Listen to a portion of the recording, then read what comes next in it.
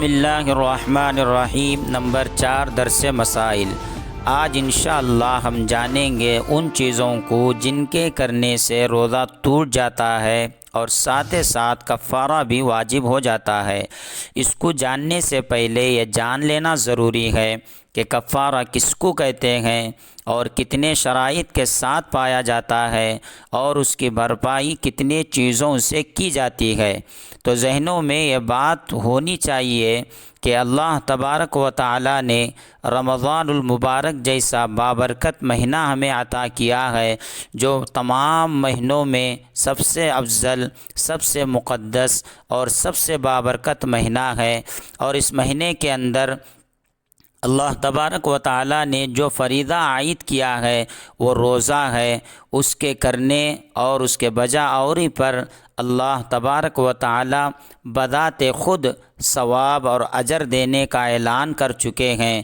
اور اگر کوئی بندہ جان بوجھ کر رمضان المبارک کے اندر روزہ رکھ کر توڑ دیتا ہے تو پھر یہ ایک مسلمان کی شان کے خلاف ہے اور صاف الفاظ میں رمضان المبارک کی ناقدری ہے، اور اس سے اللہ تبارک و تعالی ناراض ہوتے ہیں۔ تو پھر اس کی بھرپائی کے لیے کفارہ ادا کرنا پڑتا ہے۔ تو کفارہ کتنی چیزوں کے ساتھ واجب ہوتا ہے؟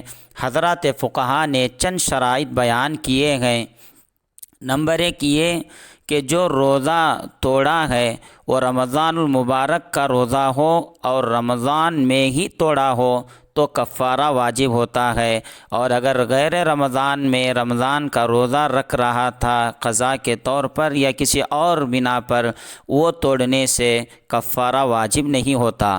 تو ضروری ہے کہ رمضان کے مہینے میں رمضان کا ہی روزہ ہو، تو جان بوجھ کر توڑنے سے کفارہ واجب ہو جاتا ہے۔ دوسری شرط، جو روزہ توڑ رہا ہے سحری میں اس کی نیت بھی کی ہو۔ اگر کسی نے سحری کی اور روزے کی نیت نہیں کی تھی پھر توڑ دیا تو پھر اس کی وجہ سے کفارہ واجب نہیں ہوتا۔ تیسری شرط، جان بوجھ کر بلا عذر شرعی روزہ توڑ رہا ہو۔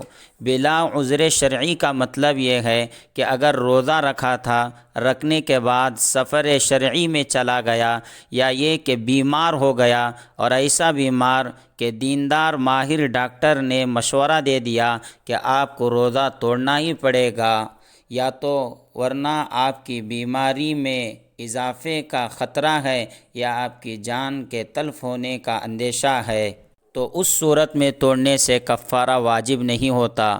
تو بلا عذر شرعی اگر روزہ توڑ دیا تو جس کی وجہ سے کفارہ واجب ہو جاتا ہے۔ نمبر 4، جو چیز روزہ رکھ کر استعمال کر رہا ہے، کھا رہا ہے یا پی رہا ہے، تو وہ چیز دوا یا غذا کے طور پر استعمال کی جاتی ہو، اور اگر وہ دوا یا غذا کے طور پر استعمال نہیں کی جاتی اور ویسی چیز کو جان بوجھ کر استعمال کیا تو اس سے کفارہ واجب نہیں ہوتا۔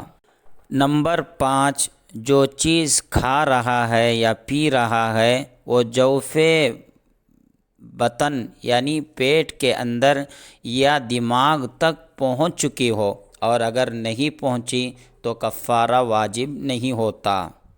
نمبر 6، نفسانی خواہشات کی تکمیل کی ہو یعنی جمع کیا ہو۔ یہ چند شرائط ہیں جس سے اور بھی بہت سے شقیں اور مسائل نکلتے ہیں، تو اپنے علاقے کے علماء سے معلوم کر لیں۔ آئیے اب جانتے ہیں کہ کفارہ کتنے چیزوں سے اس کی بھرپائی ہوتی ہے۔ تو نمبر 1 یہ کہ غلام کو آزاد کرنا پڑے گا، اب اس وقت تو وہ نہیں پایا جاتا۔ تو دوسرا یہ ہے کہ 60 روزے مسلسل روزہ رکھنا پڑے گا، اس کے درمیان میں ایک روزہ بھی نہ چھوٹے۔ اگر ایک روزہ بھی چھوٹ گیا تو پھر 80 شروع سے 60 روزے رکھنا پڑے گا۔ اگر یہ نہیں ہو سکتا تو پھر تیسرا یہ ہے کہ 60 مسکینوں کو 2 وقت کھانا کھلائے۔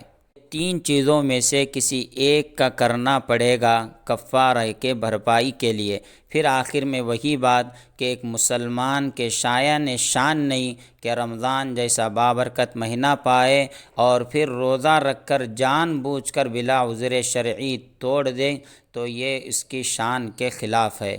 اللہ رب العزت سے دعا ہے اللہ تعالی ہمیں اتنی طاقت اور اتنی ہمت اور توفیق دیں کہ ہم تمام اعمال کو بحسن خوبی انجام دے سکیں۔ امین۔ جزاک اللہ خیرا۔